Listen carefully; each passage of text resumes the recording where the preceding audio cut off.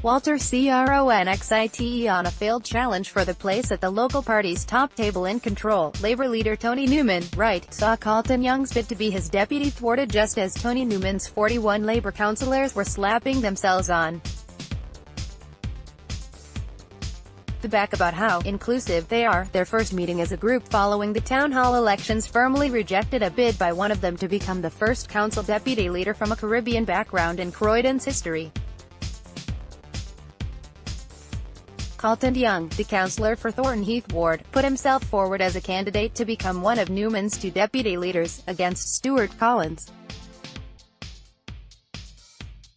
But Thursday evening's Labour group meeting decisively backed Collins by 27 votes to 8 for Young. It was a bold move by Young, who last year was dumped from the licensing committee by Newman for having the temerity to seek legal advice on a decision. Young had previously written a report on the borough's nighttime economy, highlighting the racist bashment ban, which the council refused to publish. With Newman's gang of four that controls the Labour group now reduced to a mere troika, since the non-election of Mark Watson, the Young vote was a barometer of how assured the council leader can be among his own councillors. Newman will doubtless portray it as a vote of confidence in his leadership, despite Labour failing to achieve the 45-seat target which it had set itself in the local elections. Alison Butler, who with her husband Paul Scott formed the other two-thirds of the Labour leadership trio, was re-elected unopposed as the other deputy leader, while no one dared stand as an alternative as leader against Newman.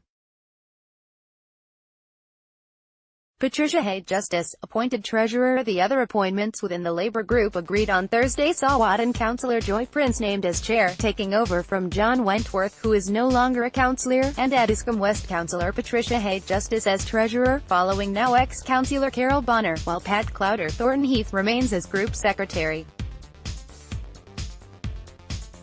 Council cabinet roles and other positions will be unveiled before the first meeting of the full council of this administration in a fortnight.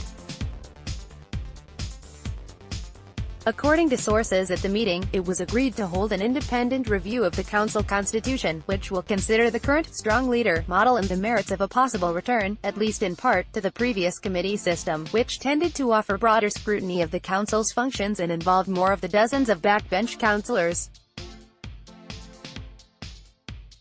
Inside Croydon is a member of the independent community news network. Inside Croydon is the borough's only independent news source, and still based in the heart of Croydon. 1.4 million page views in 2017, monitored by the council CEO since 2010. Rotten Borough Awards 2017, Inside Croydon was source for 2 award-winning nominations in Private Eye magazine's annual celebration of civic caucus. If you